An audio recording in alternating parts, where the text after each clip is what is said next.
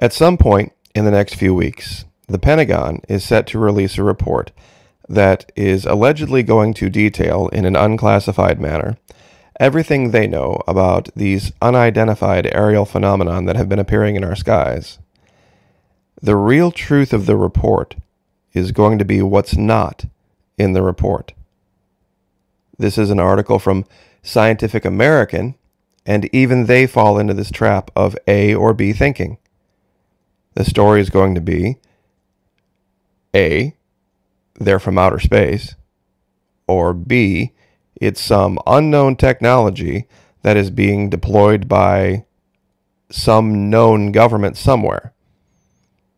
They're not going to even consider the fact that there might be an unknown civilization in our deep oceans, perhaps in Antarctica, that might be responsible. They're not going to allow third and fourth and fifth options. And we see this tactic over and over again. Huge continent, virtually unexplored. Everything the Navy has seen has led them to believe that whatever these craft are, they have no problem moving between air and water.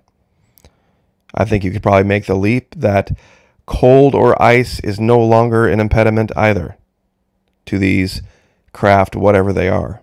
Now, a couple months back, many of you might remember, I created a series of videos that delineated these strange parallels between the story told in Game of Thrones and a region known as Tierra del Fuego.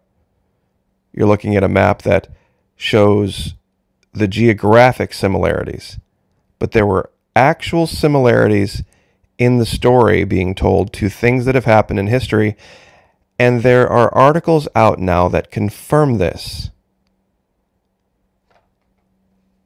One of the main characters was this dragon queen, this Daenerys Targaryen. They didn't do the casting quite right. The story that they were trying to tell here was of a race of people that had white hair, not blonde. Jamie Murray from Defiance was probably more of a better analog.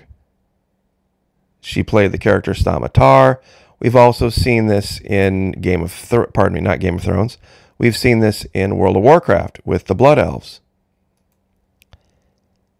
Now, I'm sure a lot of you are looking at this picture and going, wait a minute. These don't look like anybody you were just talking about, and I don't remember anybody like this in Game of Thrones. Well, there's a new article out now that says the Maori people from New Zealand traveled to Antarctica 1,000 years before Europeans did. And that's here. This is also Scientific American. The Maori people traveled to Antarctica at least 1,000 years before Europeans. Now, you see, there's a problem with that story, at least as we know it. What you're looking at is the level of technology possessed by the Maori people in the 7th or 8th century. Canoes, rudimentary sails, platform, maybe a small shelter. Now, this should absolutely blow your mind. The guy on the right is allegedly a fictional character created for the series Game of Thrones, the Night King. White skin, piercing blue eyes, kind of a carved face. Very thin around the mouth, but wide around the nose. But piercing blue eyes. Now, on the left, this is a carving made by the Maori thousands of years ago. Even look at the ears. It's virtually the same guy. Now, how could that be? You cannot tell me that the people in Game of Thrones traveled to New Zealand and decided to model this character after this? And if they did, where did these people get this idea? See, the allegation I'm making is kind of a crazy one. I don't believe the story in Game of Thrones was totally fictional. I think it was lifted from a lost history that the vast majority of the public doesn't have access to. And that's why the story completely fell apart and it had to end so abruptly. Those of you who watch the series Game of Thrones know what I'm talking about. It was an incredibly well done series, fascinating to watch, and then all of a sudden, it just ended. It ended with one of the worst endings ever. What that tells me is that they ran out of material from the history, meaning something catastrophic happened. And they may have known this throughout the entire series because the whole premise of the series was winter is coming. And that is literally how it ended. The snows began to fall and the civilizations just collapsed. Much like what we would have seen in Antarctica. But I ask again, how in the world could Polynesian people that don't have blue eyes, by the way, have traveled to Antarctica from New Zealand in these canoes if it was not a temperate climate? That would have been impossible. Now, put this together with this story from September 8th, 2017. Warm Antarctic caves harbor secret life. Scientists. A secret world of animals and plants, including unknown species, may live in warm caves under Antarctica's glaciers. The caves, hollowed out by steam from active volcanoes, are light and could reach temperatures of 25 Celsius, 77 Fahrenheit. Raising the possibility of a whole ecosystem of flora and fauna deep beneath the frozen surface.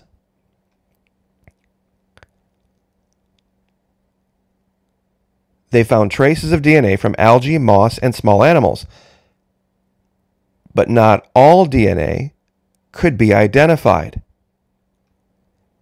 Quote, "The results from this study give us a tantalizing glimpse of what might live beneath the ice in Antarctica. There might even be new species of animals and plants." Speaking of, scientists in Siberia resurrect new species of ancient asexual microscopic animals frozen in Russia River for 24,000 years. This is the story they're not going to talk about, because it would make them not only have to rewrite science, they would have to look in the mirror about how they even do science and the assumptions that they've made. See, they believe they already know everything there is to know about certain things in Antarctica. And the fact that they would have to admit they were wrong and that somehow life could evolve in a different way beyond their limited way of thinking and could evolve perhaps technologies far beyond anything we know without the social construct that everybody likes to worship these days. You see, that would bother them right to their core, because everything has to occur in a certain way for these people. That's why I've said science is much like a religion these days. It's not the idea of considering all possibilities. Hypothesizing, theorizing, and speculating has been relegated to the realm of quote-unquote conspiracy theory, when it was the basis of all science at one time. People didn't have maps of the globe. People didn't have microscopes. People didn't have all of the modern tools and technology. So to figure out their natural world, they had to theorize, and they had to imagine, and they had to speculate and see what worked, see what didn't. Some ideas were good, some ideas were bad. But they did write things down. They realized they had to do that. They realized we can't keep it all in our heads. and they made copies of things. Now, this all having been covered, I would like to invite y'all to join us over at Twitch in the evenings. We are playing a game that I believe was created by somebody who perhaps is involved in some exploration of Antarctica, because it's a game created where you crash land on this planet, fictional planet known as 4546b. And you're in kind of a shallow ocean, and you have a little survival pod. And it's truly a survival game where you have to collect food, collect water, prepare food, take care of your body temperature, get natural resources, remember to breathe oxygen, as you're seeing here, and look for things. And we've played it for about 10 or 12 hours, and we've barely scratched the surface. But it is almost a direct analog of what the exploration of Antarctica might look like when it starts happening in full force and people become aware of it. So, anyway, twitch.tv/Florida Maquis, just like it sounds. I'll, of course, give you a link to it. You can join us there in the evenings. The crowds have been getting larger and larger. This game was only released in May, so it's brand new. There are some videos on YouTube of guys that have been able to get a lot farther in the game than I have.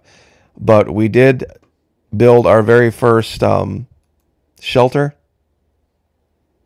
and it was kind of an exciting moment when we finally figured out how to do that. We put a solar panel on it, and we're going to continue tonight to build more things and have a lot more fun.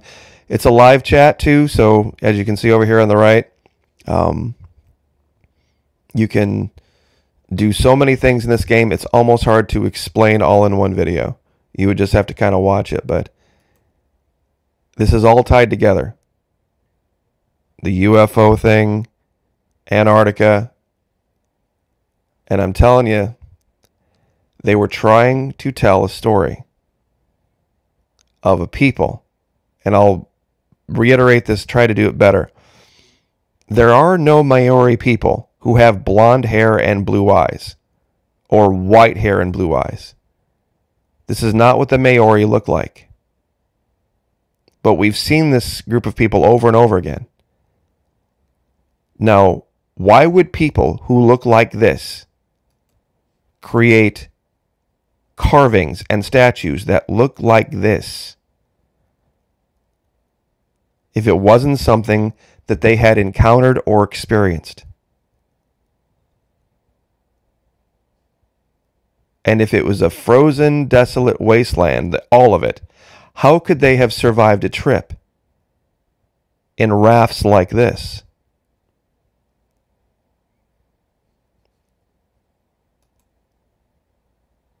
And they've confirmed this has been the case. And science has also confirmed that Antarctica, and this is phys.org, has caves with a temperature of 77 degrees with unknown DNA in them. So, anyway, I guess that's just a recap, and once again, reanimating animals from 24,000 years ago that have been frozen in a Russian river means that just because even if it were frozen and cold, doesn't mean there couldn't be life. And I guess I will just leave that there. God bless. Hope to see you tonight on Twitch. Like, share, subscribe, and we'll see you next time.